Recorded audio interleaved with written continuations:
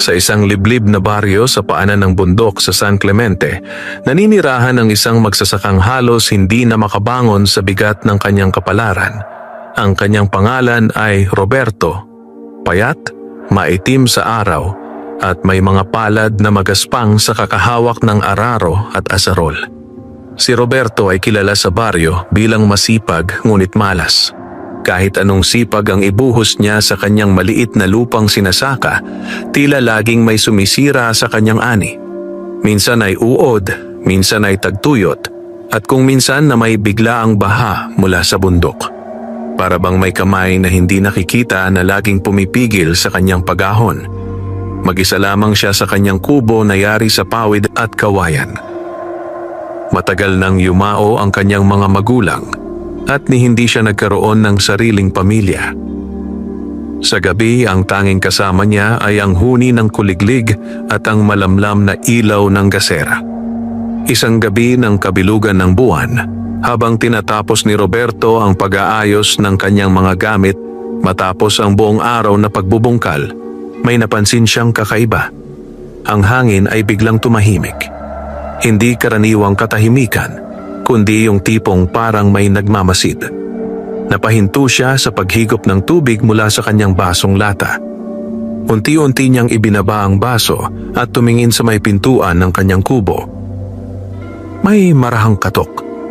Hindi malakas, hindi rin mahina. Sapat lang para marinig sa gitna ng katahimikan. Napakunot ang noo ni Roberto. Walang kapitbahay na ganito kalayo sa kanyang bukid na pupunta sa ganitong oras ng gabi. At kung meron man, tiyak na tatawag muna ito sa kanyang pangalan. Muling kumatok. Dahan-dahang tumayo si Roberto at kinuha ang kanyang lampara. Sa bawat hakbang papunta sa pinto, ramdam niya ang kakaibang lamig na gumagapang sa kanyang batok. Pagbukas niya ng pinto, halos mabitawan niya ang lampara. Sa may paanan ng hagdan ng kanyang kubo ay may nakatayong maliit na nilalang. Isang duwende. Kasing laki lamang ito ng batang 3 taong gulang, ngunit malinaw na hindi ito tao. Maputla ang balat nito, matulis ang tenga, at ang mga mata ay tila kumikislap sa liwanag ng buwan. Ngunit hindi iyon ang pinaka-nakagugulat. May dala itong sanggol. Ang maliit na nilalang ay maingat na nakayakap sa isang balot na tila may buhay sa loob. Bahagyang gumalaw ang kumot at doon natiyak ni Roberto may batang nasa loob. Nanuyo ang lalamunan ng magsasaka. Anong kailangan mo? Paus niyang tanong. Hindi agad sumagot ang duwende. Tumingala muna ito kay Roberto at sa unang pagkakataon napansin ng magsasaka ang kakaibang lungkot sa mga mata ng nilalang. Pagkaraan ng ilang sandali, nagsalita ang duwende sa tinig na manipis ngunit malinaw. Roberto, ikaw ang napili. Parang may malamig na tubig na ibinuhos sa likod ni Roberto. Ha? Paano mo alam ang pangalan ko? Hindi sumagot ang duwende sa tanong. Sa halip, dahan-dahan itong umakyat sa unang baitang ng hagdan, hawak pa rin ang sanggol. Mas lalo pang bumilis ang tibok ng puso ni Roberto. Makinig ka, sabi ng duwende. Ang batang ito, nasa panganib. Napatingin si Roberto sa sanggol. Bahagyang gumalaw ang maliit na katawan sa loob ng kumot at may mahina itong ungol tulad ng isang normal na sanggol. Bakit sa akin mo dinala? Tanong ni Roberto, pilit pinipigilan ng takot. Huminga ng malalim ang duwende o kung ano man ang katumbas ng paghinga nito. Dahil ikaw ang may pusong hindi sakim. Natahimik si Roberto. Maraming beses na siyang tinawag na malas, mahirap at kawawa. Ngunit hindi pa siya kailanman tinawag na may mabuting puso. May mga nilalang na naghahanap sa batang ito, dugtong ng duwende. Kapag nakuha nila siya, hindi na siya mabubuhay. Lalong kumunot ang noo ni Roberto. Ano bang bata yan? Anak mo ba? Sa unang pagkakataon, nagbago ang anyo ng duwende. May dumaan na anino sa mukha nito. Tila sakit, tila takot. Hindi siya basta bata. Biglang umihip ang malamig na hangin sa paligid ng kubo. Napatayo ng tuwid si Roberto. May kakaiba na naman siyang naramdaman. Parang may ibang presensya sa dilim ng bukirin. Dahan-dahang napalingon ang duwende sa likuran ni Roberto sa direksyon ng madilim na palayan. Nanlaki ang mga mata nito. Hindi na sila naghintay. Nanigas ang batok ni Roberto. Sa sino? Bulong niya. Mahigpit na niyakap ng duwende ang sanggol at muling tumingin kay Roberto. Ngayon ay may halong desperasyon ang mga mata nito. Pakiusap. Itago mo siya. Bago pa makapagsalita si Roberto, biglang umiyak ang sanggol. Mahina ngunit malinaw sa tahimik na gabi. At kasabay nito, may gumalaw sa dilim ng bukid. Humigpit ang hawak ni Roberto sa lampara. Dahil sa unang pagkakataon sa buong buhay niya, naramdaman niyang ang simpleng buhay magsasaka niya ay malapit ng mabago. Magpakailanman. Nanatiling nakapako ang mga mata ni Roberto sa madilim na palayan sa harap ng kanyang kubo. Ang dating payapang bukirin na kanyang nakasanayan ay tila nag-iba ng anyo sa ilalim ng liwanag ng buwan. May gumagalaw doon. Hindi hangin. Hindi hayop. May presensyang mabigat, mabagal, at tila nagmamasid. Unti-unting umatras si Roberto papasok ng kubo, ngunit hindi niya isinara ang pinto. Hindi niya alam kung bakit. Marahil ay dahil ayaw niyang mawalan ng tanaw sa kung anumang naroon sa dilim. Sa may paanan ng hagdan, mahigpit pa ring yakap ng duwende ang sanggol. Pumasok ka, pabulong na sabi ng nilalang. Parang may sariling isip ang mga paa ni Roberto. Dahan-dahan siyang umurong hanggang tuluyang makapasok ang duwende sa loob ng kubo. Isinara niya ang pinto, ngunit ang kaba sa dibdib niya ay lalo lamang lumakas. Tahimik ang paligid. Ngunit ang katahimikang iyon ay hindi nakapagpapaluwag, bagkus ay lalo lamang nakapagpapabigat ng pakiramdam. Maingat na inilapag ng duwende ang sanggol sa ibabaw ng lumang banig ni Roberto. Bahagyang gumalaw ang bata sa kamuling na tahimik. Ngayon lamang napagmasdan ni Roberto ng mabuti ang sanggol. Maputi ang balat nito, halos kumikinang sa liwanag ng gasera. Ang buhok ay manipis, ngunit tila may bahagyang gintong kinang. At kahit mahimbing ang tulog, may kakaibang aura na nakapalibot sa bata. Hindi nakakatakot, ngunit hindi rin pangkaraniwan. Napailing si Roberto. Ano ba talaga ang batang to? Mahinang tanong niya. Tumahimik sandali ang duwende bago sumagot. Isang bata na hindi dapat makita ng masasamang nilalang. Hindi mo pa rin sinasagot ang tanong ko, maring sabi ni Roberto kahit nanginginig pa rin ang kanyang boses. Bakit ako? Dahan-dahang tumingin sa kanya ang duwende. Dahil ikaw lang ang hindi nila pinaghihinalaan. Napatigil si Roberto. Anong ibig mong sabihin? Matagal ka na naming binabantayan, sagot ng duwende. Sa baryong ito, maraming pusong madaling masilaw sa kapangyarihan at ginto. Ngunit ikaw, kahit gutom, kahit kapos, hindi ka kailanman nagnasa sa hindi iyo. Napayuko si Roberto. Hindi niya alam kung papuri ba iyon o panibagong pasanin. Biglang, may kumalabog sa labas. Sabay na patingin ang dalawa sa pinto. Mabigat, mabagal, parang may tumapak sa tuyong pilapil. Isang hakbang, isa pa. Nanlamig ang likod ni Roberto. Hindi na yon basta pakiramdam. May kung sino sa labas. Mabilis na tumayo ang duwende. Sa unang pagkakataon, nakita ni Roberto ang takot na malinaw sa mukha ng nilalang. Mas mabilis sila kaysa inaasahan ko. Sinong sila? Bulong ni Roberto.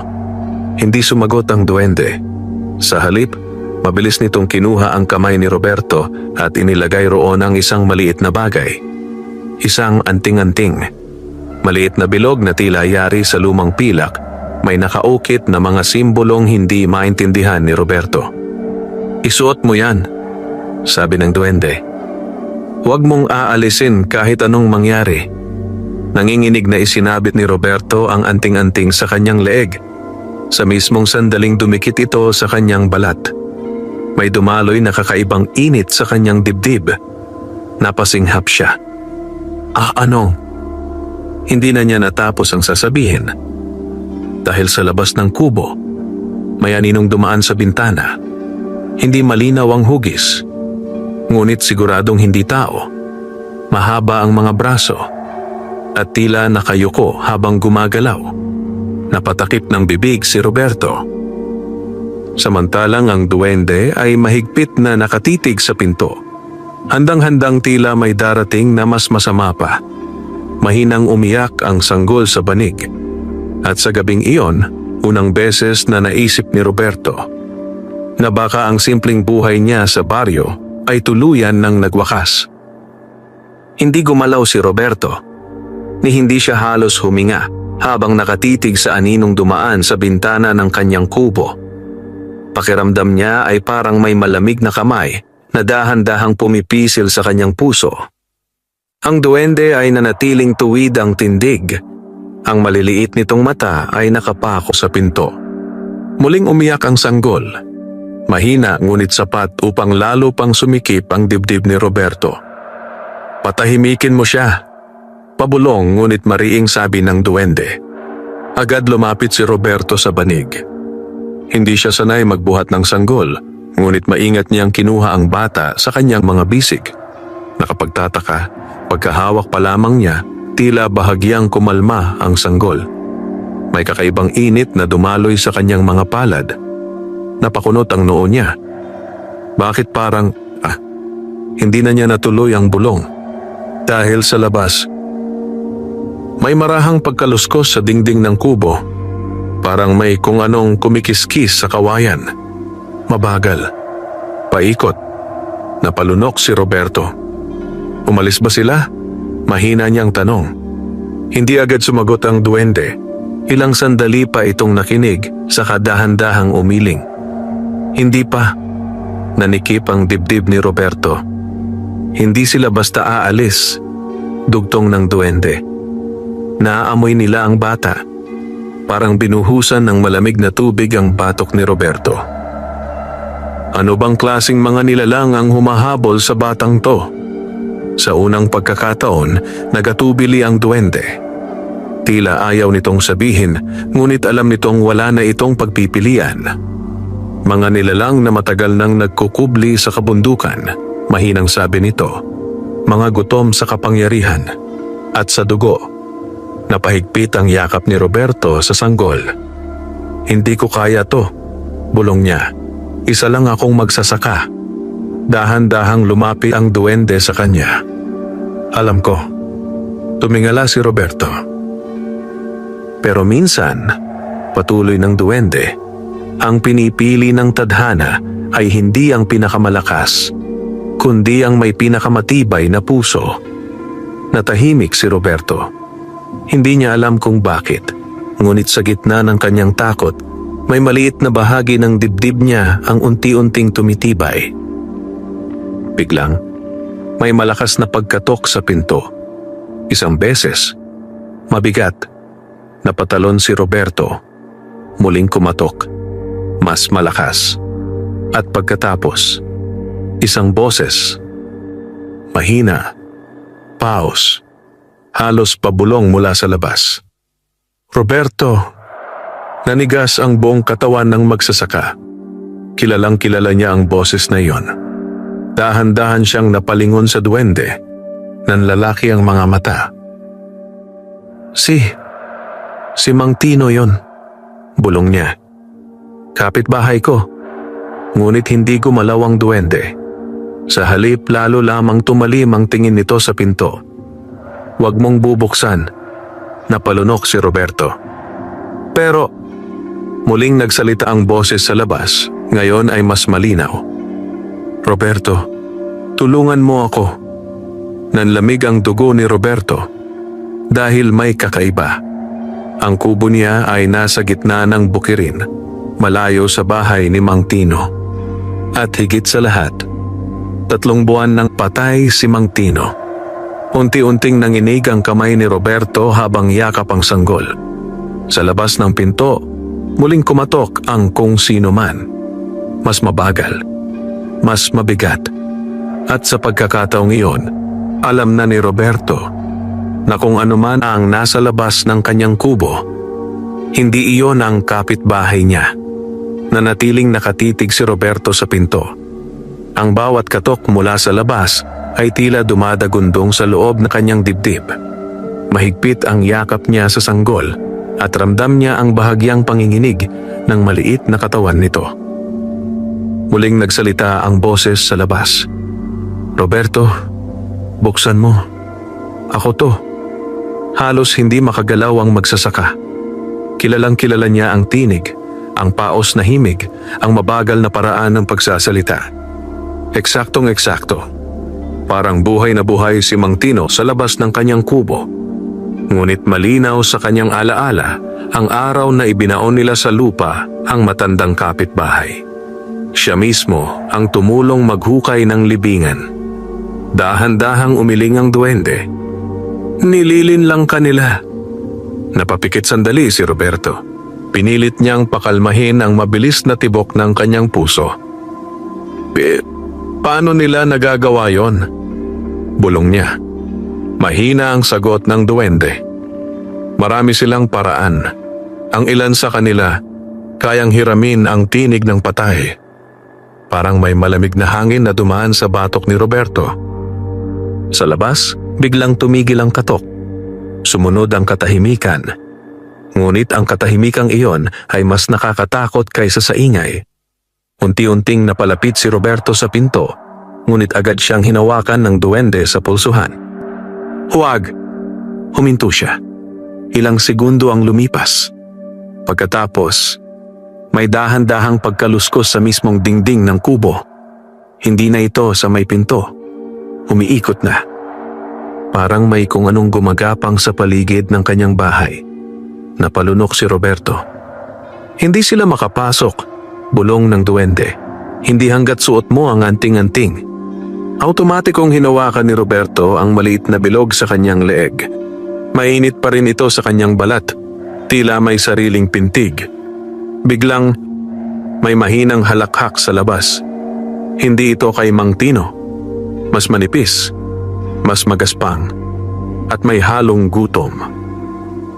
Nanindig ang balahibo ni Roberto. Alam na nila, mahinang sabi ng duwende. Anong alam nila? Nanginginig na tanong ni Roberto. Dahan-dahang tumingin ang duwende sa sanggol na nasa bisig niya.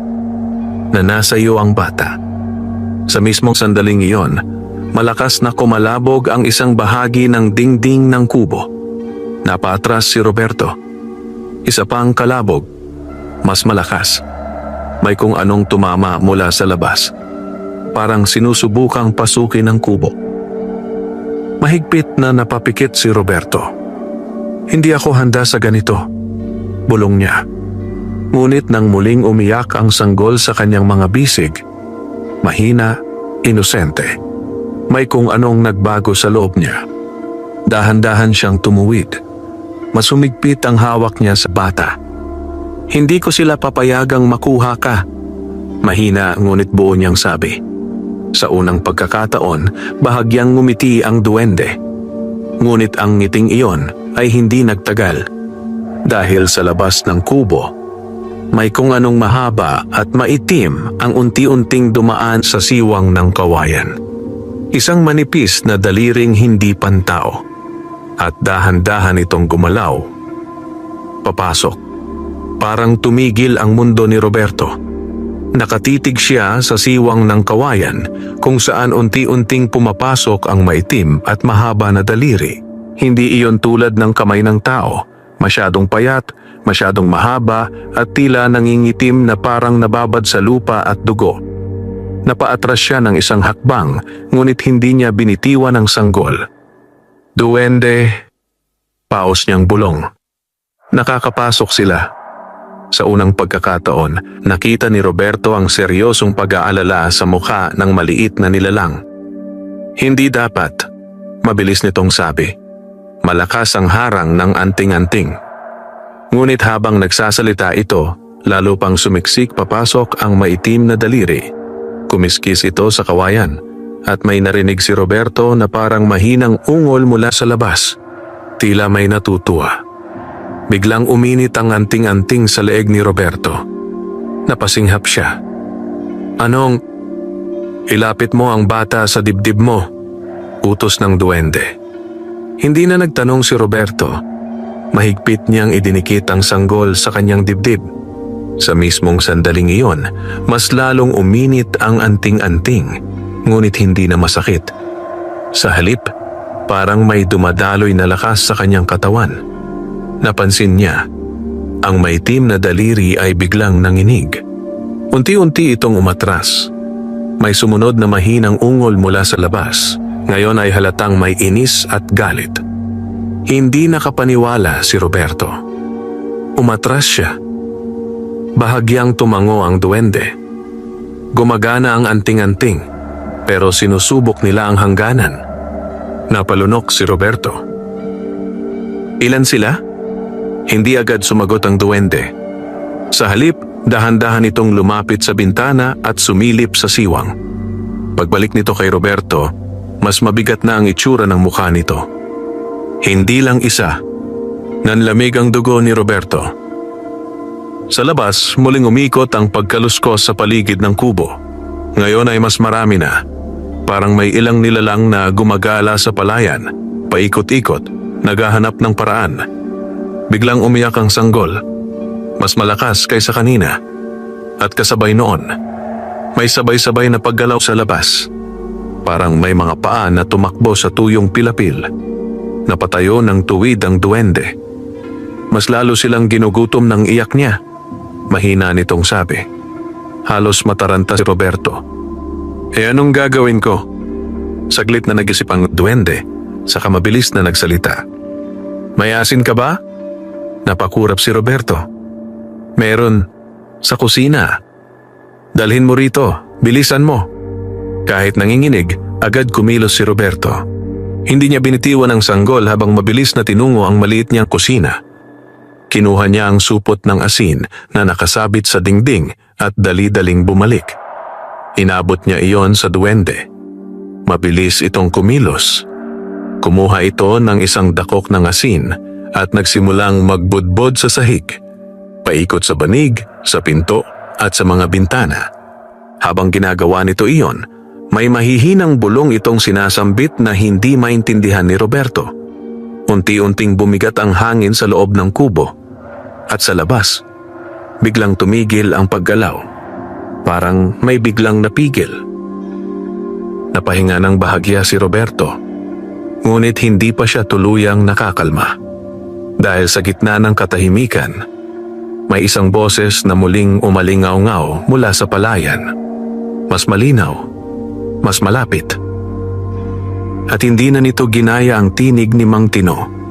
Sa halip, ito ay malamig at puno ng galit.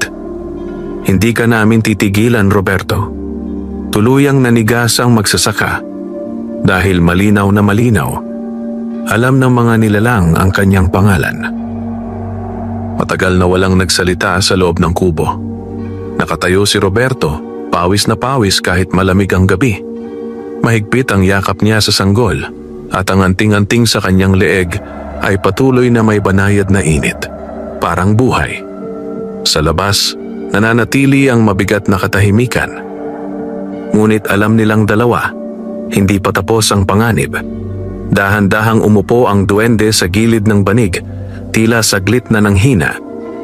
Ngayon lamang napansin ni Roberto kung gaano kaputla ang nilalang. Hanggang kailan sila maghihintay? Mahinang tanong ng magsasaka. Tumingin ang duwende sa kanya. Hindi sila madaling sumuko. Napabuntong hininga si Roberto. Tila may mabigat na batong nakadagan sa kanyang dibdib. "Hindi mo pa rin sinasabi sa akin kung sino ang batang to." Mariin ngunit mababang sabi niya.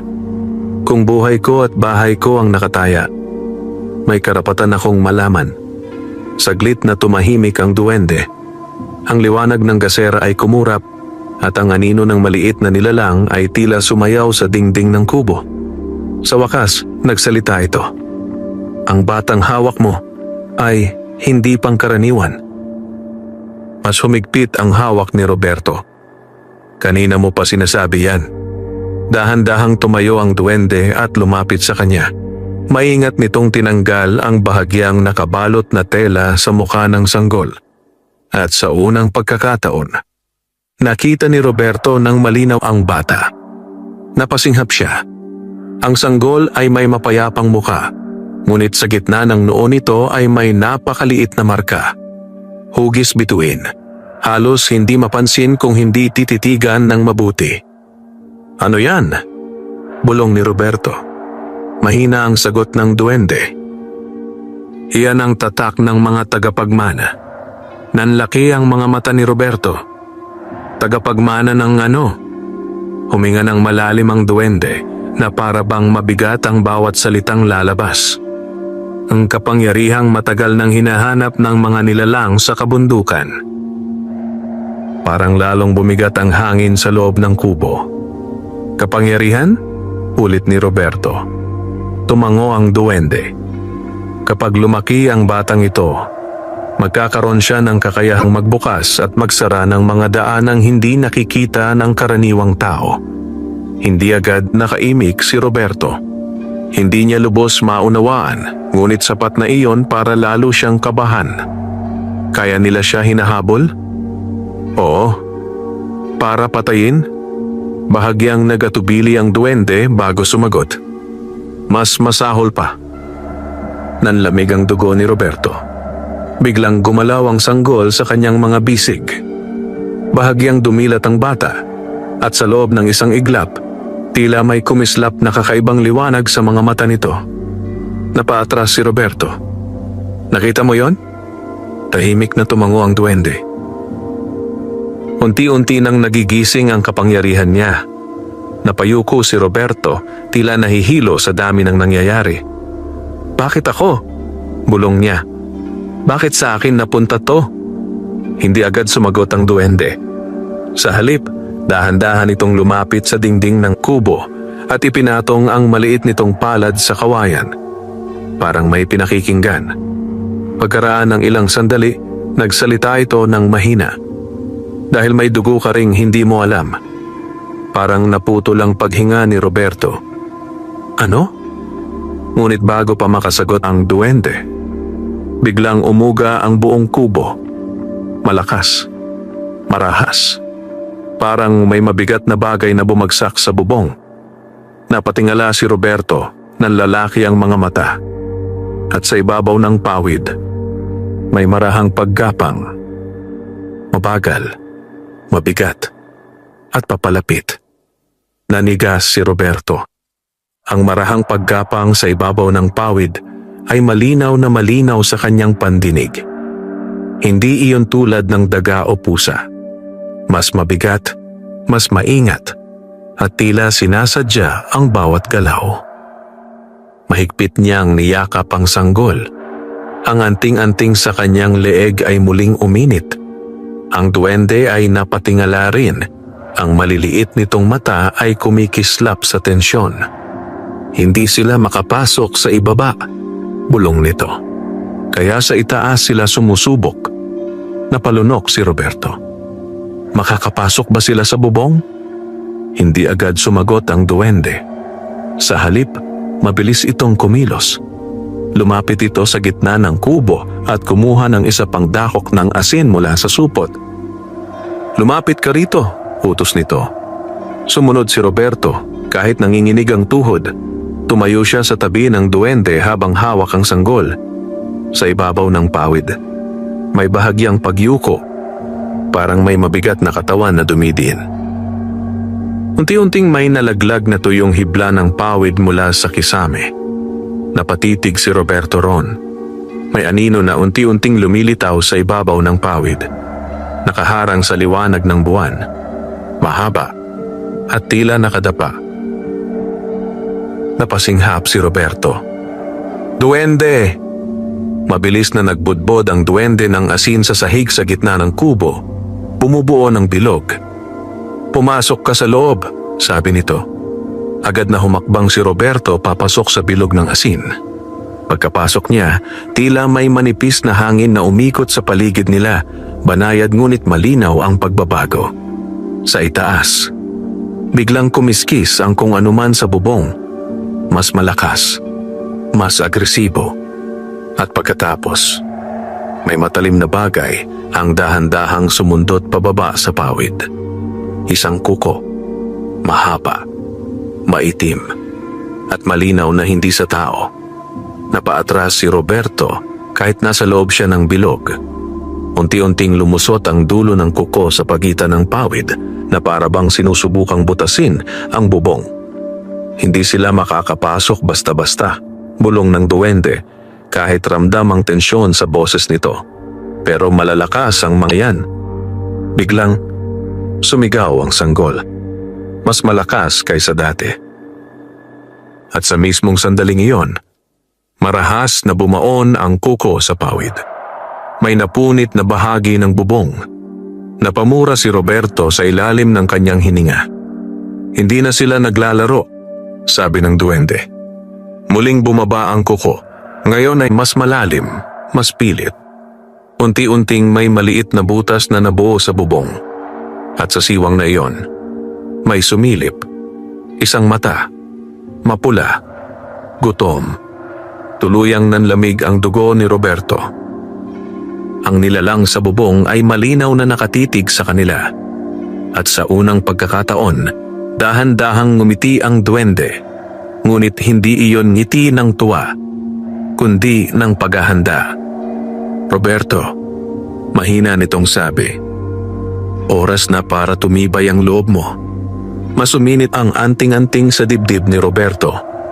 At sa labas ng bilog ng asin, may kung anong mabigat ang marahang bumagsak mula sa bubong. Hindi pa man lubusang nakakahinga si Roberto ay narinig na niya ang mabigat na paglapag sa labas ng kubo. Isang malakas na dagundong sa lupa. Sumunod ang katahimikan, ang nakakapangilabot na katahimikang tila may nag-aabang. Mahigpit ang kapit ni Roberto sa sanggol. Ang maliit na katawan nito ay mainit sa kanyang dibdib at ang anting-anting sa kanyang leeg ay halos nagliliyab sa init. Sa gitna ng kubo, nanatiling buo ang bilog ng asin. Ngunit sa labas nito, may marahang paghakbang. Isa, dalawa, paikot. Parang sinisiyasat sila. Hindi humihinga si Roberto habang nakatitig sa pinto. Unti-unting may aninong gumuhit sa ilalim ng siwang ng kahoy. Mababa, mahaba, at hindi pangkaraniwan ang galaw. Lumapit sila, bulong ng duwende. Hindi ba sila tatablan ng asin? Paos na tanong ni Roberto. Tatablan, sagot ng duwende. Pero sinusukat nila kung hanggang saan ang kaya nilang lapitan. Sa labas ng pinto, may marahang kalmot. Mabagal. Parang may matulis na bagay na sinusubukang tuklapin ang kahoy. Napapikit sandali si Roberto. Hindi ko kakayanin to, bulong niya. Ngunit bago pa siya tuluyang panghinaan, biglang kumislap ang anting-anting sa kanyang dibdib. Hindi na ito simpleng init. May mahinang liwanag na sumingaw mula rito. Napasinghap si Roberto. Duwende! Ngunit bago pa siya makapagtanong, nagsalita ang maliit na nilalang. Ngayon ay mas matatag. Mas marin. Makinig ka sa akin, Roberto. Huwag kang matakot. Napatingin siya rito. Ang anting-anting na suot mo, hindi basta proteksyon. Nanlaki ang mga mata ni Roberto. Kung hindi... Ano? Saglit na tumingin ang duwende sa sanggol, saka muling bumaling sa kanya. Iyan ay susi. Nanikip ang dibdib ni Roberto. Susi sa ano? Hindi na ito nasagot agad. Dahil sa mismong sandaling iyon, biglang tumigil ang pagkalmot sa pinto. Sumunod ang mabigat na katahimikan. Napatingin ang duwende sa sahig.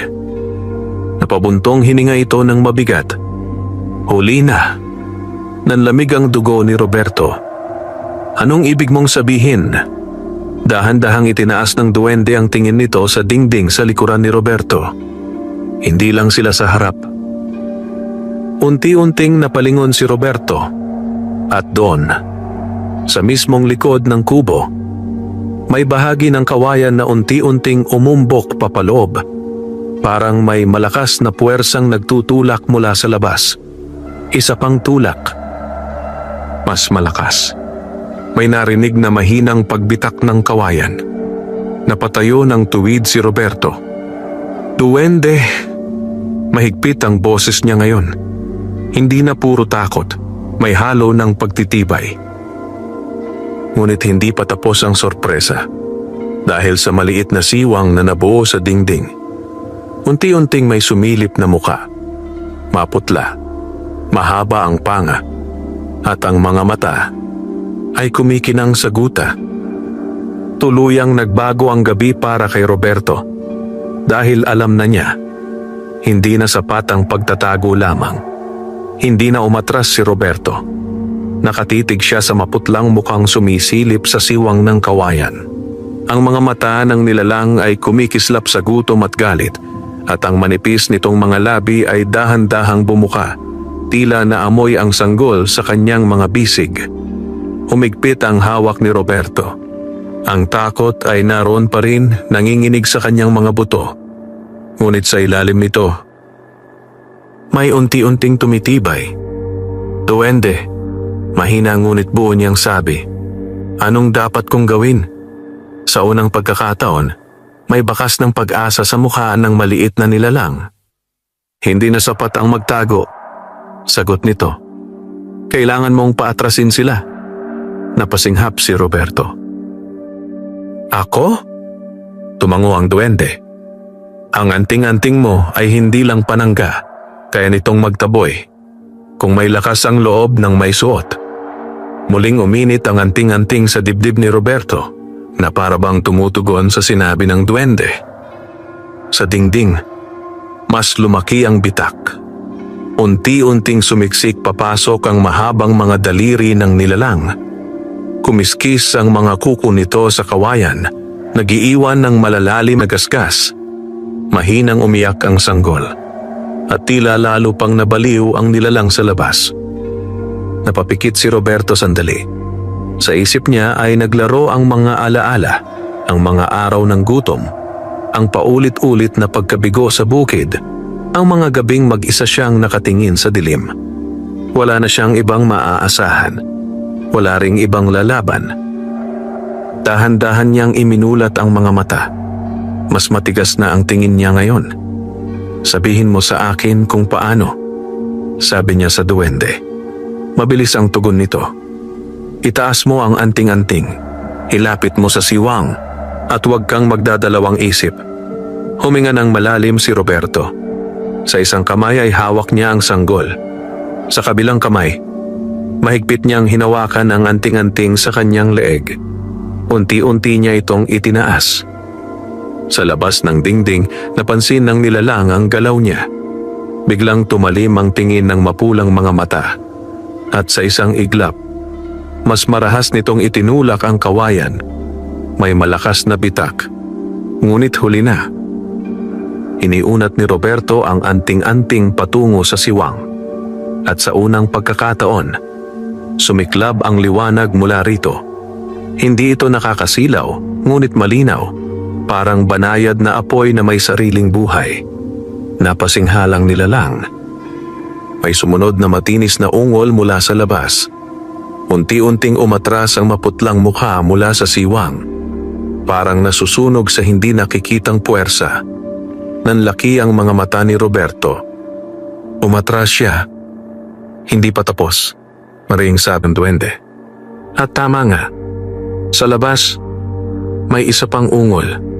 Isa pa, at isa pa. Parang mas marami ang nagtipon sa dilim ng palayan. Ang isa ay umatras. Ngunit ang iba ay paparating. Mas mabagal, mas galit. Mahigpit na niyakap ni Roberto ang sanggol. Sa gabing iyon, tuluyan na niyang naunawaan. Ito pa lamang ang simula. Ang liwanag mula sa anting-anting ay unti-unting humina. Ngunit sapat na iyon upang umatras ang unang nilalang. Sa loob ng kubo, hingal na hingal si Roberto. Nanginginig pa rin ang kamay niyang may hawak sa anting-anting, ngunit ngayon ay may bagong tibay sa kanyang dibdib. Sa labas, hindi na tahimik. May maririnig na mahihinang ungol mula sa palayan, marami, magkakapatong at puno ng galit. Hindi sila umalis. Nag-aabang lamang. Mahigpit na niyakap ni Roberto ang sanggol. Ang maliit na mukha nito ay payapa muli, tila walang kamalay-malay sa panganib na nakapaligid sa kanila. "Duwende," mahina niyang sabi. "Hindi tayo makakatagal dito kung ganito." Dahan-dahang tumango ang maliit na nilalang. "Tama ka." Napatingin si Roberto rito. May isang lugar na hindi nila basta malalapitan, dugtong ng duwende, pero kailangan nating umalis bago sumikat ang araw. Nanikip ang dibdib ni Roberto. "Ngayon na?" "Oo, kapag tuluyang dumami ang mga yan, kahit ang kubo mo ay hindi na magiging ligtas." Tahimik na napayuko si Roberto. Ang kubong ito ang tanging tahanang nakilala niya. Ang maliit na lupang sinasaka niya ang bumuhay sa kanya sa kabila ng hirap. Ngunit nang tumingin siya sa sanggol sa kanyang bisig, naglaho ang pag-aatubili. "Kung aalis tayo," sabi niya ng marahan ngunit buo, "sasama ako hanggang dulo." Bahagyang luminaw ang mga mata ng duwende. "Sigurado ka? Hindi na babalik sa dati ang buhay mo." Hindi na nag-isip si Roberto. Wala naman nang babalikan. Ilang sandali silang nagkatitigan. Pagkatapos ay tumango ang duwende, isang tahimik na pagtanggap. "Kung ganoon," sabi nito, "makinig kang mabuti." Lumapit ito kay Roberto at itinuro ang anting-anting. "Ingatan mo iyan, hindi pa lubos ang nagigising na lakas nito sa'yo." "Bakit parang ako ang pinipili nito?" tanong ni Roberto. Saglit na nag-alinlangan ang duwende. Pagkatapos ay mahina itong nagsalita. "Dahil ang dugo mo ay may bakas ng mga bantay noon pa man." Nanlaki ang mga mata ni Roberto. Ngunit bago pa siya makapagtanong, biglang umihip ang malamig na hangin sa labas. Sumunod ang sabay-sabay na ungol mula sa palayan. Mas malapit na, mas marami, mas gutom. Napatingin ang duwende sa pinto. "Wala na tayong oras." Mabilis itong kumilos. Binura nito ang isang bahagi ng bilog ng asin sa sahig. "Kapag lumabas tayo," sabi nito, "huwag kang hihiwalay sa akin. At kahit anong marinig mo sa dilim, huwag kang lilingon." Mahigpit na tumango si Roberto. Inayos niya ang balot ng sanggol sa kanyang dibdib. Hinawakan niya ang anting-anting. At sa unang pagkakataon sa buong buhay niya, kusa siyang humakbang palapit sa pinto. Hindi na bilang isang takot na magsasaka, kundi bilang isang taong may panatang poprotektahan ng batang ipinagkatiwala sa kanya. Dahan-dahang binuksan ng duwende ang pinto. Sumalubong ang malamig na hangin ng madaling araw. At sa malayong bahagi ng palayan, may mga matang nagliliyab sa dilim. Nagsimula ang kanilang paglalakbay sa oras na iyon. At ang kapalaran ni Roberto ay tuluyan ng nagbago. Mabigat ang unang hakbang ni Roberto palabas ng kanyang kubo. Ang malamig na hangin ng madaling araw ay sumalubong sa kanya, ngunit hindi iyon ang nagpatindig ng balahibo niya. Sa malayo, sa pagitan ng mga palay na kumikislap sa ilalim ng maputlang buwan, malinaw niyang nakikita ang mga matang nagliliyab sa dilim. Hindi bababa sa 5. Marahil ay higit pa. "Lakarin mo lang," mahinang sabi ng duwende habang nauuna ng kaunti. "Huwag kang titigil." Mahigpit na niyakap ni Roberto ang sanggol at nagsimulang maglakad pababa ng hagdan ng kanyang kubo. Sa bawat hakbang niya sa pilapil, ramdam niyang parang mas lumalapit ang mga presensyang nakapaligid sa kanila. May marahang kaluskos sa kaliwa. May mabigat na paghinga sa kanan. Ngunit hindi siya lumingon. Naalala niya ang bilin. huwag lilingon. Unti-unting lumayo ang kubo sa likuran nila, ang tanging tahanang nakilala niya. Saglit siyang kinurot ng lungkot, ngunit agad niya itong itinulak palayo sa isip. Mas mahalaga ang batang hawak niya. Mas mahalaga ang buhay. Gaano kalayo ang pupuntahan natin? Mahina niyang tanong. Sa paanan ng bundok, sagot ng duwende. May lugar doon na hindi nila basta mapasok. Habang naglalakad sila sa makitid na pilapil, napansin ni Roberto na unti-unting umiinit ang anting-anting sa kanyang dibdib. Hindi tulad kanina. Mas banayad. Parang gumagabay. Duwende, bulong niya. Parang may humihila sa akin. Bahagyang napalingon ang maliit na nilalang. Hindi humihila, sabi nito. Ginagabayan ka. Hindi na nakapagtanong pa si Roberto dahil sa gilid ng kanyang paningin. May mabilis na aninong dumaan sa pagitan ng mga palay. Napahigpit ang hawak niya sa sanggol. Sa likuran nila may marahang yabag na sumabay. Isaiah. 2, 3. Hindi na sila nagtatago. Nanunubok na. Bumibilis sila. Mahina ngunit matatag na sabi ng duwende. Kailangan nating magmadali. Pinilit ni Roberto na bilisan ang lakad kahit mabigat ang pakiramdam ng kanyang mga paa. Ang lupa sa pilapil ay basa at madulas, at ang dilim ng paligid ay tila lalong kumakapal habang papalayo sila sa kubo. Biglang umiyak ang sanggol. Malakas. Mas malakas kaysa dati. At sa mismong sandaling iyon, may sumagot mula sa dilim. Isang mahabang ungol. Malapit na. Napahinto si Roberto sa gulat. Lakaad! Mariing utos ng duwende. Napakagatlabi si Roberto at muling kumilos.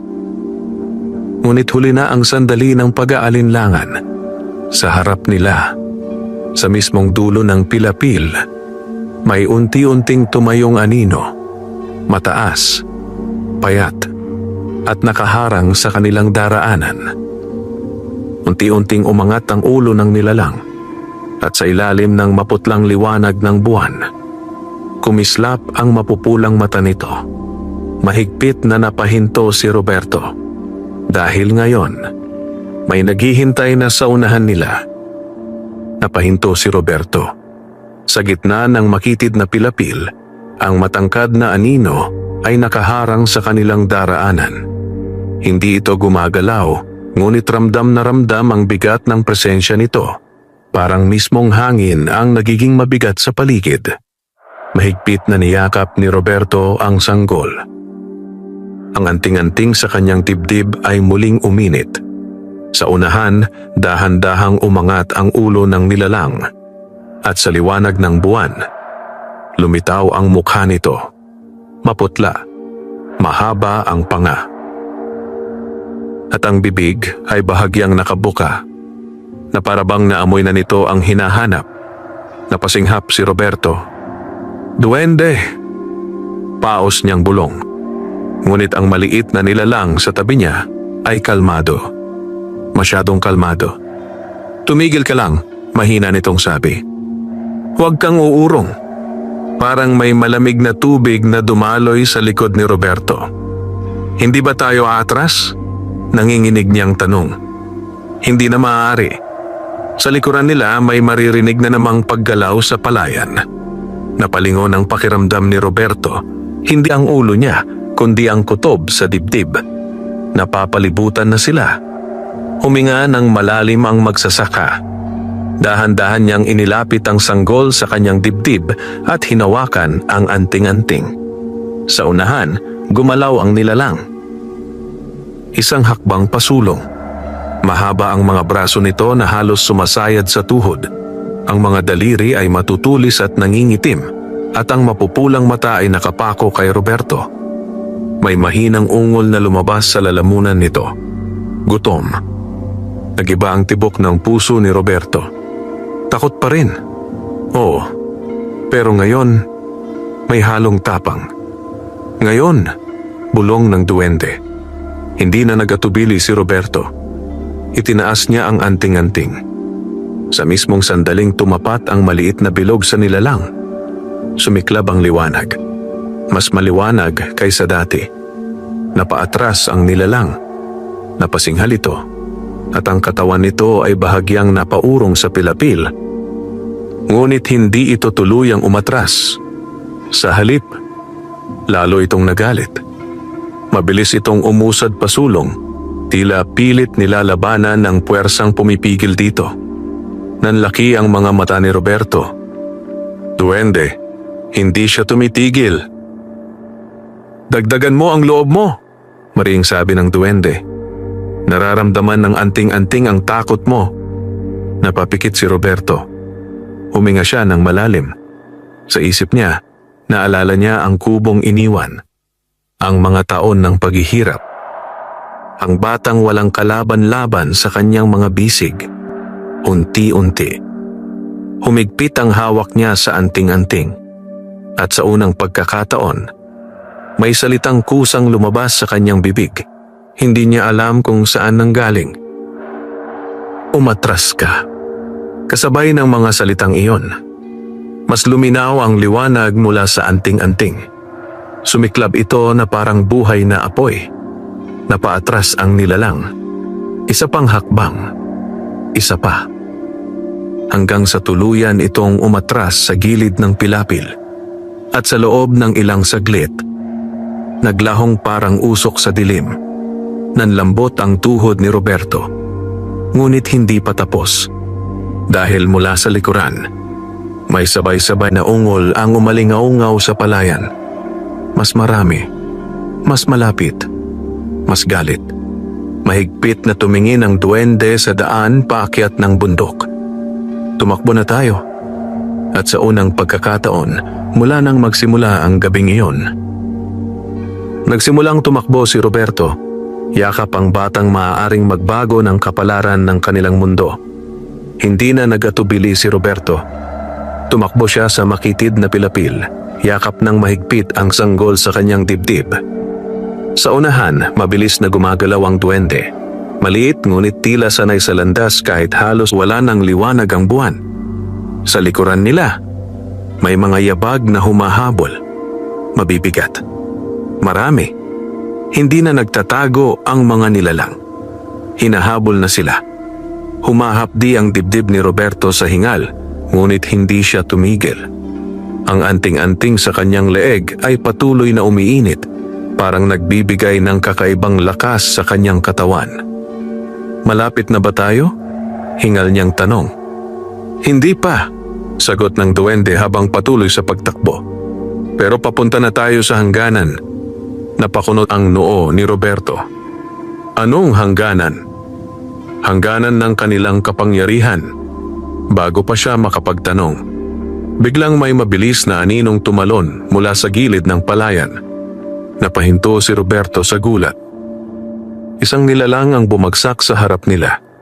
Mas maliit kaysa sa nauna, ngunit mas mabilis. Nakayuko ito, ang mga daliri ay nakabaon sa lupa, at ang mapupulang mata ay diretsong nakatitig sa sanggol. May mahinang pag-ungol itong inilabas. Hindi na naghintay ang duwende. Itapat mo! Sigaw nito. Agad itinaas ni Roberto ang anting-anting.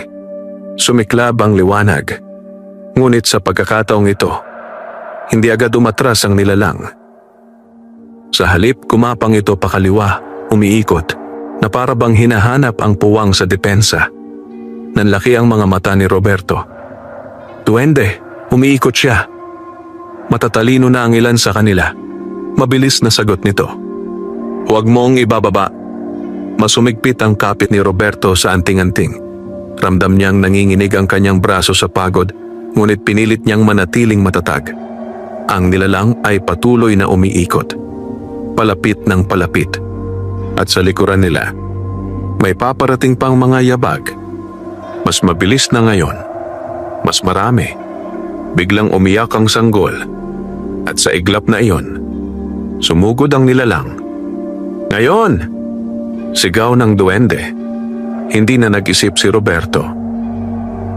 Itinapat niya ng buo ang anting-anting at buong lakas na sumigaw. "Umatras ka!" Sumabog ang liwanag. Mas maliwanag kaysa lahat ng nauna. Napasinghal ang nilalang. Tumilapon ito paatras sa pilapil, gumulong sa putik, at sa loob ng ilang saglit ay naglaho sa dilim. Nanlambot ang tuhod ni Roberto, ngunit hindi pa siya pinayagang huminto. Hinila siya ng duwende sa manggas. "Takbo pa!" Muling kumilos si Roberto, kahit nananakit na ang kanyang mga binti. Sa unahan, unti-unti nang lumilitaw ang madilim na hulma ng kabundukan. Mas mataas, mas masukal, at tila may kakaibang katahimikan na nakapaligid doon. Ngunit sa likuran nila, ang mga ungol ay lalo pang lumalapit. At sa gabing iyon, malinaw kay Roberto na kahit may liwanag siyang hawak, ang dilim ay hindi basta sumusuko. Halos hindi na maramdaman ni Roberto ang kanyang mga paa. Ang bawat hakbang niya sa maputik na lupa ay mabigat, ngunit hindi siya tumigil. Sa unahan, malinaw na ang anyo ng kabundukan, madilim, masukal, at tila may sariling katahimikan na naiiba sa kapatagan. "Kaunti na lang," sabi ng duwende, kahit ramdam ang pagod sa tinig nito. Sa likuran nila, ang mga ungol ay patuloy na sumusunod. Mas malapit, mas mababa, mas gutom. Mahigpit na niyakap ni Roberto ang sanggol. Ang bata ay bahagyang gumagalaw sa kanyang dibdib, ngunit hindi na ito umiiyak, tila nararamdaman ang tensyon sa paligid. Biglang, huminto ang duwende.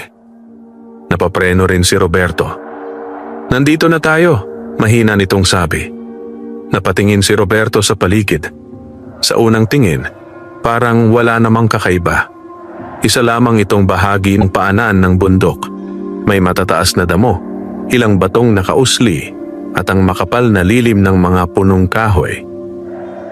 Ngunit maya-maya, may napansin siya. Ang hangin dito ay iba. Mas malamig, mas tahimik. Parang may manipis na tabing na hindi nakikita. "Anong lugar ito?" bulong ni Roberto.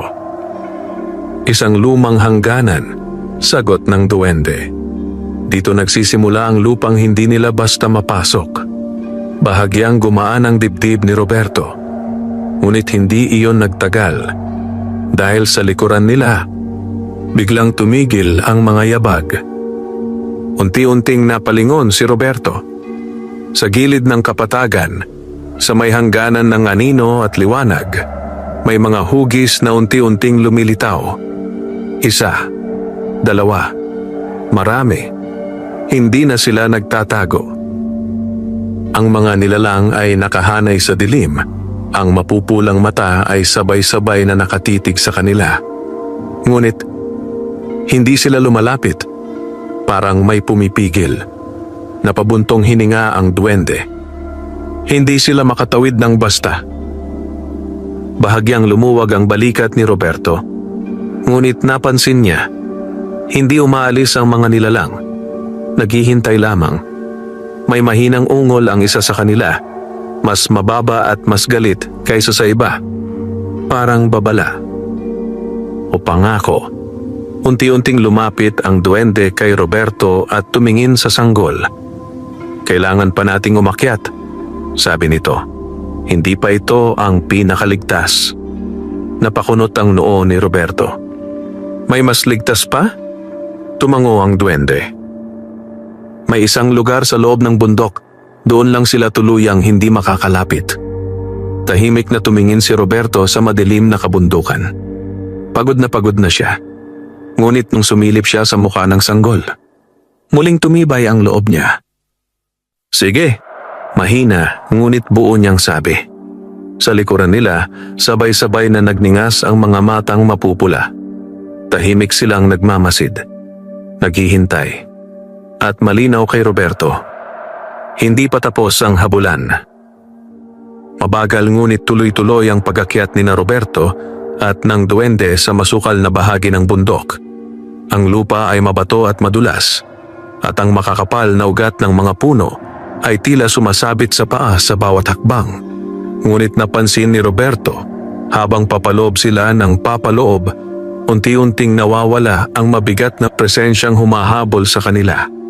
Mas tahimik dito, mas malamig, at kakaiba ang hangin.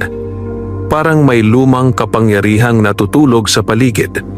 Mahigpit pa rin ang yakap niya sa sanggol, ngunit ngayon ay mas maayos na ang kanyang paghinga. Malayo pa ba? Mahina niyang tanong. Kaunti na lang, sagot ng duwende. Nararamdaman mo ba? Napakunot ang noo ni Roberto. Sa una hindi. Ngunit pagkalipas ng ilang hakbang, may napansin siya. Ang anting-anting sa kanyang dibdib ay hindi na lamang umiinit. Ito ay bahagyang tumitibok. Parang may sariling pulso. Napahinto siya sandali. Duwende, bulong niya. Parang may tumatawag. Bahagyang napangiti ang maliit na nilalang. Oo, nararamdaman ka na ng lugar. Lalong kumunot ang noo ni Roberto. Anong ibig mong sabihin? Hindi agad sumagot ang duwende. Sa halip, itinuro nito ang unahan. Sa pagitan ng makakapal na puno at nakalaylay na baging, unti-unting lumitaw ang bunganga ng isang kuweba. Malaki, madilim, at tila matagal nang hindi ginagalaw ng tao. Ngunit sa loob nito, may napakahinang liwanag. Napasinghap si Roberto. May tao ba dyan? Umiling ang duwende. Mas matanda pa sa tao ang lugar na iyan. Unti-unting lumapit si Roberto sa bunganga ng kuweba. Sa bawat hakbang niya, mas lumalakas ang tibok ng anting-anting sa kanyang dibdib. Lubdab, labdab, labdab. Parang tumutugon sa kung anong nasa loob. Pagdating nila sa bungad, napahinto siya. Sa loob ng kuweba, sa pinakaloob na bahagi na natatamaan ng mahinang liwanag, may nakaukit sa sahig na simbolo, malaki at bilog, yari sa lumang bato. At sa gitna nito, may patungan na tila inukit para sa isang bagay na bilog. Kasing laki ng... Dahan-dahang napatingin si Roberto sa anting-anting sa kanyang dibdib.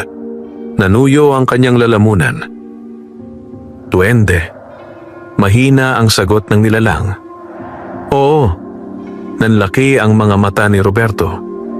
Ito ba ang sinasabi mong susi? Tahimik na tumango ang duwende. At sa sandaling iyon, bahagyang gumalaw ang sanggol sa kanyang mga bisig. Unti-unti itong dumilat. At sa loob ng kuweba, may kung anong matagal nang natutulog ang tila nagsimulang magising. Hindi agad nakagalaw si Roberto. Nakatayo siya sa bungad ng kuweba, nakatitig sa lumang simbolong nakaukit sa sahig. Ang hugis nito ay bilog na may mga guhit na paikot. Mga markang hindi niya maintindihan, ngunit tila pamilyar sa kung anong bahagi ng kanyang pagkatao. Sa kanyang dibdib, ang anting-anting ay patuloy na tumitibok. Lubdab, lubdab, lubdab. Parang tumatawag. Mahigpit niyang niyakap ang sanggol, ngunit napansin niyang ang bata ay mulat na. Tahimik na nakatingin sa loob ng kuweba na para bang kilala nito ang lugar. Duwende, paos na bulong ni Roberto. Anong mangyayari kapag inilagay ko to dyan? Dahan-dahang lumapit ang maliit na nilalang sa kanyang tabi. Magigising ang bantay. Nanlamig ang batok ni Roberto. Anong klaseng bantay? Hindi agad sumagot ang duwende. Sa halip, tumingin ito sa kailaliman ng kuweba, tila may iginagalang. Isang kapangyarihang matagal nang nagbabantay sa hangganan ng mundo ng tao at ng mga nilalang sa dilim. Napahigpit ang hawak ni Roberto sa anting-anting. Sa labas ng kuweba, may dumaan na malamig na hangin. At kasabay noon, may mahinang ungol mula sa paanan ng bundok.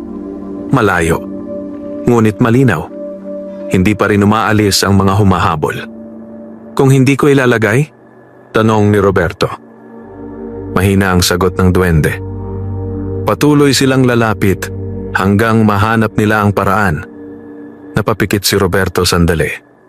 Pagod na siya. Gutom, takot, nalilito.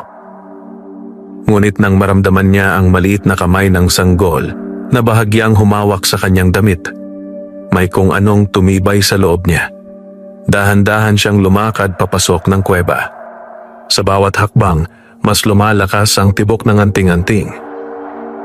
Ang hangin sa loob ay malamig at may amoy ng lumang lupa at bato. Pagdating sa gitna ng simbolo, napahinto siya. Ang patungan sa gitna ay eksaktong-eksakto sa laki ng anting-anting. Parang matagal na itong hinihintay. Ngayon, mahina ngunit mariing sabi ng duwende. Huminga ng malalim si Roberto. Unti-unti niyang hinubad ang anting-anting sa kanyang leeg. Sa sandaling nahiwalay ito sa kanyang balat. May dumaan na malamig na kilabot sa kanyang katawan. Ngunit hindi siya umatras. Maingat niyang inilapit ang anting-anting sa patungan. Sa labas ng kuweba, biglang lumakas ang ungol ng mga nilalang. Parang naramdaman nila ang ginagawa. Nanigas ang panga ni Roberto. At sa wakas, inilapag niya ang anting-anting sa gitna ng sinaunang simbolo. Sa loob ng isang tibok ng puso. Tahimik ang lahat. Pagkatapos, sumiklab ang liwanag mula sa sahig ng kuweba. Hindi marahas, hindi nakakasilaw, ngunit malalim at buhay. Nayanig ang lupa sa ilalim ng kanilang mga paa. Napaatras si Roberto. At mula sa kailaliman ng kuweba, may mabigat na paghinga na unang beses nilang narinig. Tuluyan nang nagising ang matagal nang natutulog. Umalingaw-ngaw sa loob ng kuweba ang mabigat na paghinga. Hindi ito tulad ng hayop. Hindi rin tao. Ito ay malalim, sinauna, at tila may bigat ng maraming taon na pagkakahimbing.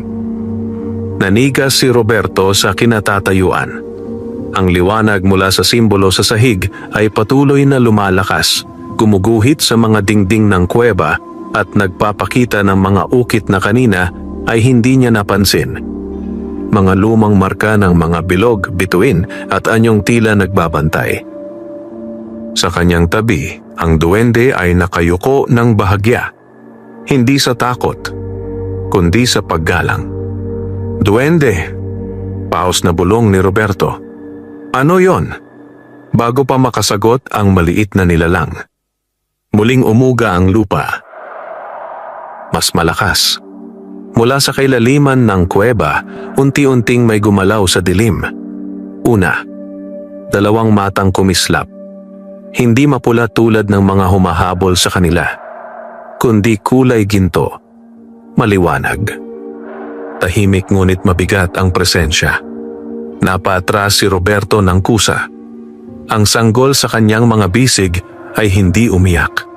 Sa halip, tahimik itong nakatingin sa kung anong papalapit. Unti-unting lumabas mula sa anino ang bantay. Malaki ang katawan nito. Mas mataas pa sa tao kapag tumindig. Ang anyo ay tila pinaghalo ng tao at sinaunang nilalang ng gubat. Balot ng magaspang na balahibo ang mga braso, ngunit ang muka ay may talinong hindi pangkaraniwan. Ang mga mata nitong ginto ay diretsyong tumitig kay Roberto. At pagkatapos, nagsalita ito. Ang boses ay malalim, parang nagmumula sa mismong bato ng bundok. Matagal kitang hinintay.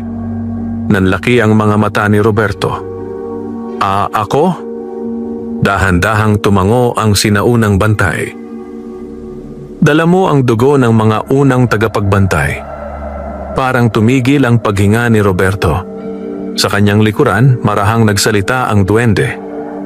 Iyan ang hindi ko pa nasasabi sa iyo ng buo. Ngunit bago pa siya makapagtanong, biglang umalingaw-ngaw mula sa labas ng kuweba ang sabay-sabay na ungol ng mga nilalang. Mas malakas, mas galit, mas desperado. Parang nararamdaman nilang may nagbago. Bahagyang napalingon ang sinaunang bantay sa bungad ng kuweba. Nagdilim ang mga mata nitong ginto. Sila ay papalapit. Humigpit ang yakap ni Roberto sa sanggol. Akala ko hindi sila makakalapit dito. Mahina ngunit mabigat ang sagot ng bantay. Hindi sila basta makakapasok, ngunit kapag dumami pa sila, hindi na nito tinapos ang pangungusap. Naramdaman iyon ni Roberto. Hindi pa tapos ang panganib. Muling bumaling sa kanya ang bantay. At ngayon, tagapagmana, sabi nito, kailangan mong pumili.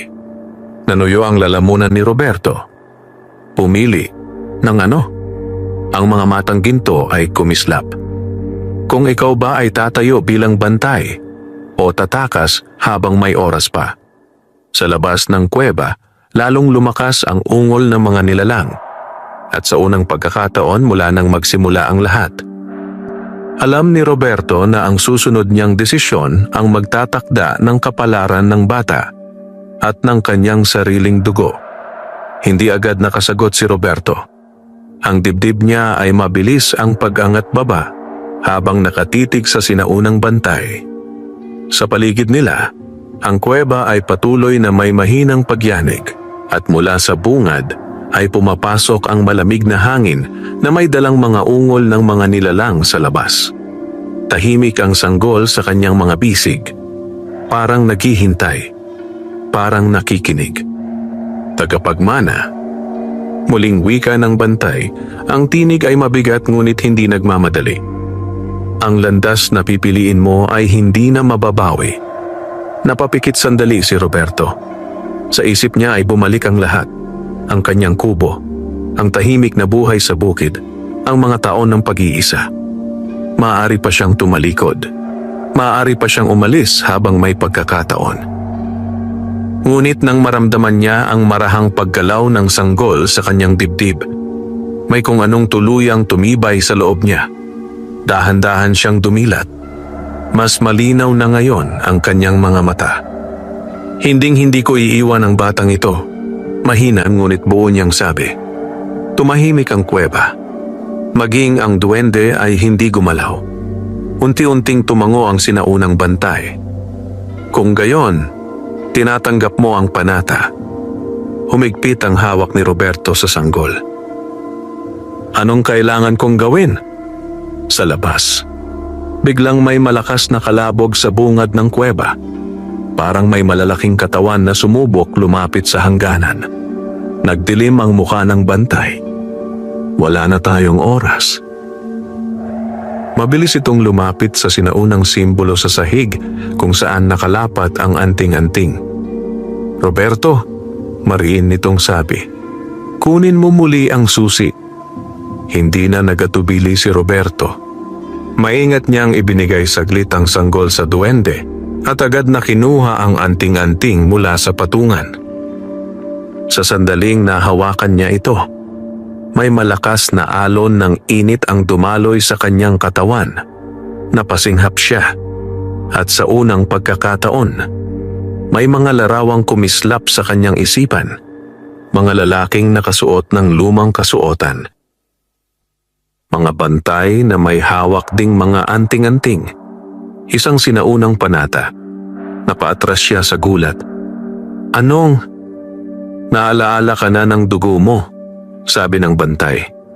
Sa bungad ng kuweba, may matalim na kalmot ang umalingaw-ngaw sa bato. Mas malakas kaysa dati. Mas malapit. Humigpit ang boses ng bantay. Makinig kang mabuti, Roberto. Ang kapangyarihan ng anting-anting ay hindi lamang ilaw. Ito ay panawagan. Nanuyo ang lalamunan ni Roberto. Panawagan? Kanino? Ang mga matang ginto ng bantay ay kumislap. Sa mga natutulog pang bantay at sa kapangyarihang nasa loob mo. Sa labas, sabay-sabay na umungol ang mga nilalang. Ngayon ay puno ng matinding galit. Bahagyang umiyak ang sanggol. At sa gitna ng lumalakas na panganib, unti-unting naunawaan ni Roberto. Ang laban na ito ay hindi na lamang tungkol sa pagtakas. Ito ay simula ng kanyang pagiging bantay. Umalingaw-ngaw sa loob ng kuweba ang malalakas na kalmot mula sa bungad. Hindi pa nakakapasok ang mga nilalang, ngunit malinaw na sinusubok na nila ang hangganan. Ang bawat dagundong ay nagpapayanig sa sahig ng kuweba. Mahigpit ang hawak ni Roberto sa anting-anting. Ang init nito ay hindi na lamang init. Ito ay tila apoy na buhay sa kanyang palad. Sa kanyang tabi, ang duwende ay nakatingin sa bungad ng kuweba, handa ngunit bakas ang pag-aalala. Samantala, ang sinaunang bantay ay tuwid na nakatayo. Mabigat ang presensya, tila mismong bundok ang kanyang sandigan. Roberto, mariin nitong sabi, oras na. Napatingin si Roberto. Para saan? Ang mga matang ginto ng bantay ay tumitig ng diretso sa kanya. Para gisingin mo ang nasa loob mo. Sa labas, may malakas na dagundong. May isang mahabang braso ang biglang sumungaw sa bungad ng kuweba. May itim, payat, at may matutulis na kuko. Huminto ito sa mismong hangganan na para bang may hindi nakikitang pader na pumipigil dito. Ngunit patuloy itong nagtutulak. Unti-unti. Pinipilit. Napahigpit ang panga ni Roberto. Hindi sila titigil, bulong niya. Hindi nga, sagot ng bantay. Kaya ikaw ang titindig. Huminga ng malalim si Roberto. Sa kanyang isipan ay muling kumislap ang mga larawang kanina niya nakita. Mga bantay na may hawak na liwanag, nakaharap sa dilim ng walang pag-atras. Dahan-dahan siyang humakbang pasulong. Inabot niya ang sanggol mula sa duwende at muling niyakap ito ng mahigpit. Pagkatapos, itinaas niya ang anting-anting. Sa una, mahina ang liwanag. Ngunit ipinikit niya ang mga mata. At sa kauna-unahang pagkakataon, hindi niya pinigilan ang takot. Hindi niya rin ito tinakasan. Sa halip, tinanggap niya. Kung ito ang tadhana ko, mahina niyang sabi, tatayo ako. Sa sandaling iyon, sumiklab ang anting-anting. Mas maliwanag kaysa lahat ng nauna. Ang liwanag ay kumalat sa buong kuweba, gumapang sa mga dingding at umabot hanggang sa bungad. Napasinghal ang mga nilalang sa labas. May sunod-sunod na ungol ng sakit at galit. Ang maitim na braso sa bungad ay biglang umurong, tila nasunog sa hindi nakikitang apoy. Ngunit hindi doon nagtapos. Sa loob ng kuweba, ang sinaunang simbolo sa sahig ay muling nagliwanag. At sa malayo, sa kailaliman ng bundok, may mga sagot na pagyanig. Parang may iba pang nagigising. Nanlaki ang mga mata ng duwende. Hindi lang isa. Tahimik na tumango ang sinaunang bantay. Ang panawagan ay narinig. Hingal na ibinaba ni Roberto ang anting-anting, ngunit ang liwanag sa kanyang paligid ay hindi tuluyang nawala. Sa labas ng kuweba, ang mga mapupulang mata ay isa-isang umurong sa dilim. Hindi pa tapos. Ngunit umatras sila. Sa unang pagkakataon, mula nang magsimula ang gabing iyon, may pag-asa. Mahigpit na niyakap ni Roberto ang sanggol. At sa kanyang dibdib, malinaw na niya ngayon ang panata na kanyang tinanggap. Hindi na siya basta magsasaka. Siya na ngayon ang bagong bantay. Wakas.